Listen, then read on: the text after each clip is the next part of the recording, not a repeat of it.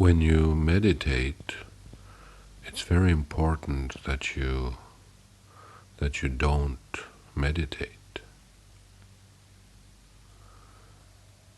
And it's important to say this. It's important to say this again. So I'll say it again. When you meditate, it's important that you don't meditate. Because what you want is that your being, is that your inner child in a way, becomes meditation. When your inner being becomes meditation, then the meditation is working. There are different kinds of meditation. One meditation is the meditation where you want to control yourself. You want to meditate. You want to achieve meditation. This is not going to help you. It's not going to work very well, but it's the way that most people meditate. They meditate in the way that they want to achieve meditation. They want to be successful at meditation, and this will destroy the whole meditative process. It will not make it possible for you to achieve the results that meditation can give to you if you are too concerned about what meditation can give to you, which means that you have to give up everything. You have to let go of everything, forget everything. Don't want anything. Just be as you are. And being as you are means also to let go of the outer child in a way. I mean, to be as you are means to let go of the mind. Let's say that the mind is a reflection or a manifestation of the outer child, or of an aspect of us that is a product. It's our product self. It's the self that we produce ourselves. It's the mind, basically. It's our brain activity. Mind-brain activity, which is, in a way, an addiction in itself, and it leads to addiction. So you can be addicted to your concept of meditation. You can be addicted to what you think that meditation should be for you. You can be addicted to the idea of what you think that the fruits of meditation are. What is it that meditation can do for me? You know, that's an addiction. Or at least it's a project, it's a desire that will not fulfill you, or it will not give you the results that you need. The results that you need will come when you let go of every thought, when you let go of every will, of every desire, when you are exactly as you are. And you are a being inside yourself. You are a being inside yourself, and you have to let that being be meditation. We can say that it's the true self. It's the true self in you who really wants to meditate. It's the true self in you who really wants to be itself. And when the true self in you is allowed to be itself, then it enters a state of meditation in a way, because it leads true inner self meditation, leads to the satisfaction of the sense in us that is the inner self. It leads to the satisfaction of the feature of our deeper inner psyche that we can say is our true self, or our inner being, which is a product that reveals itself, which is a being that reveals itself when we no longer block our subconscious mind. And the thing that we usually do when we meditate is that we block our subconscious mind. We compartmentalize. We say that, all right, I'm this human being and I'm here. I am this idea that I have of myself, and now I'm going to meditate. This approach will not work because it's a very superficial approach. First of all, we live in the so-called false self, in the idea self. We live inside the self that we think that we are. The false self is basically the idea of who we are. That's our projection, that's our conception of who we are. But we cannot be what we think we are, because I am something that thinks that I am something. If I think that I am this, then if you listen to that sentence, you will hear that I think, I think that I am like this, so it's a self-contradiction, because the self that says I think that I am like that. Well, it's a self-contradiction, it's a compartmentalization, it's a separation. You separate yourself into two beings. So you create border between your being self and your idea self. There is a distinction, a border, a duality between the true self and the false self, between your being self and the idea self. So when you meditate, you should only be your being self. Don't be your product self. You don't have to kill the product self. You don't have to let go of it, because it's going to be here. We are raised like that, and even the most perfect Buddha or the most realized person will not live a life without his false self. It's just not possible. The false self is going to be there because it's a projection that came into your life very early. It's downloaded into your subconscious mind. It's downloaded into your brain. Your false self is a part of you, because it's the instrument that you need in order to survive. It's the captain of your ship, in a way. It's the person who takes care of things, who opens doors and locks the doors and turns off the lights and unplugs the stove, when you go for a holiday. So, we need that. It's an instrument, it's a part of our life. But when we meditate, we want to come to our true self. We want to come to our being self. So when you come to your being self, you will find meditation in there, because meditation is already there inside your being self. Meditation is there already. If you let go of the separation between your false self and your true self, then you will merge with the being self. The being self will come and take you in, and you will start to talk with yourself, to dialogue with your subconscious mind. And then you will see the inner child. When you start a dialogue with your subconscious mind, you will see your inner child, because your inner child lives inside the unconscious, the subconscious mind, the part of ourselves that we don't have access to, except for when we stop to separate ourselves from it.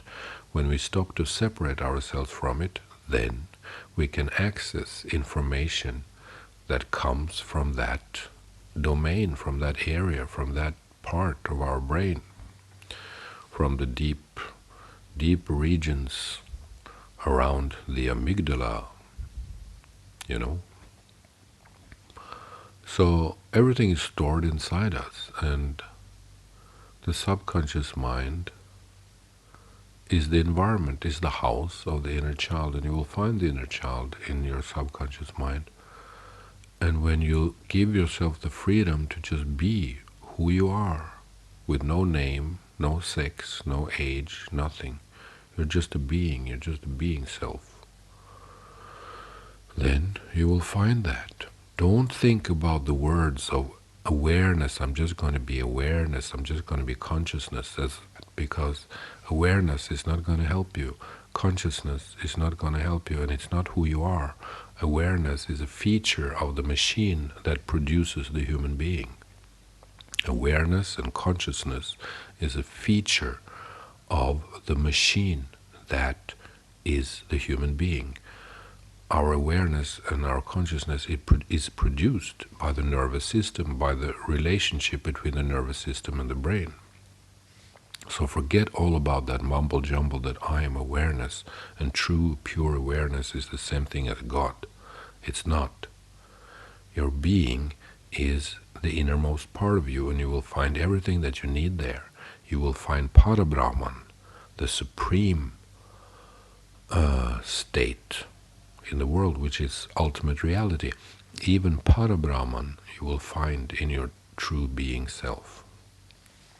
You will find Parabrahman, which is what comes prior to the world, what comes prior to consciousness, what is prior to ourself, what is prior to what is prior to the I amness. As Nisargadatta Maharaj says, you will find Parabrahman there, what comes prior to everything, ultimate reality, the ultimate unknown, the Tao of life.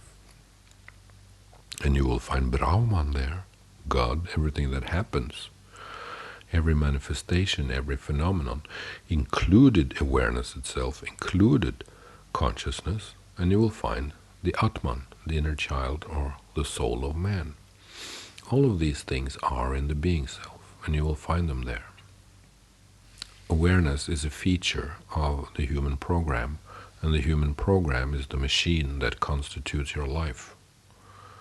The human program is the machine that constitutes human life, human existence, and the person and the life that you are. The human program is how the brain works. And consciousness and awareness is a product of a huge number of factors. There are two options when it comes to deciding what consciousness is. Either it is fundamental, which means it's a part of nature, it's just here, even if we die, the consciousness that we share will still be a part of the world.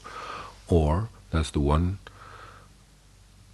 side, consciousness is fundamental, it belongs to the nature of the world, it will be here whether we live or die. And the other side is the more biological side that says that consciousness and awareness is produced by the brain. When you die, you lose your consciousness, because the relationship between the nervous system and the brain and all the chemistry that happens and all the electromagnetic blah blah blah that happens, that in many cases produces the phenomenon we call consciousness, that connection is severed. There is no more connection there, so it's like you take the plug out of the socket. When you take the plug out of the socket, the lights go out. And that's what happens when you die. Consciousness and awareness deletes itself, and the recycling of the resources that we are starts to take place. But don't think too much about awareness and consciousness. It's just going to make you paranoid or make you uncomfortable. So God is not awareness. God is not consciousness. God is what comes prior to consciousness. God is what comes prior to awareness. And you are not consciousness. You are not awareness. You are what comes prior to consciousness, prior to awareness. And this also points to the subconscious mind, because the subconscious mind is also the domain in you that produces your conscious mind. The subconscious mind is the domain in you that produces the conscious mind. The subconscious mind is basically the thing that controls your life. Your subconscious mind is basically the thing that controls your behavior. You don't know that. We don't know that, but it's just the truth. It was downloaded in us when we were children, from when we were 0 to 3, 4, 5, 6, 7 years old. That's when this download happens. In the hypnosis state of the child, we download all this, and it's after the download is finished, it's locked inside the brain, or it belongs to the amygdala or whatever, and we can access it, we can live with it, we can open it, but we cannot open it by separating ourselves from it. And that's what we do when we stay in our false self, in our outer child, and identify ourselves with consciousness or awareness or whatever, something that is not really what we are. We are the heart of the matter. We are inside the heart of the being. We are the inside of everything.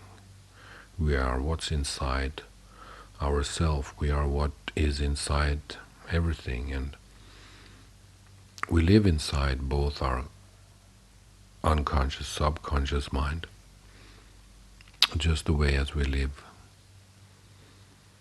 inside the being that in a way is meditation itself, when we just let it be what it is. When we let ourselves completely be what we are in a state of meditation. We don't have to do anything ourselves. We don't have to perform anything. We don't have to be anything. We don't have to do anything. Don't think about anything. I am not going to achieve meditation. Meditation is something that happens by itself naturally inside my inner being.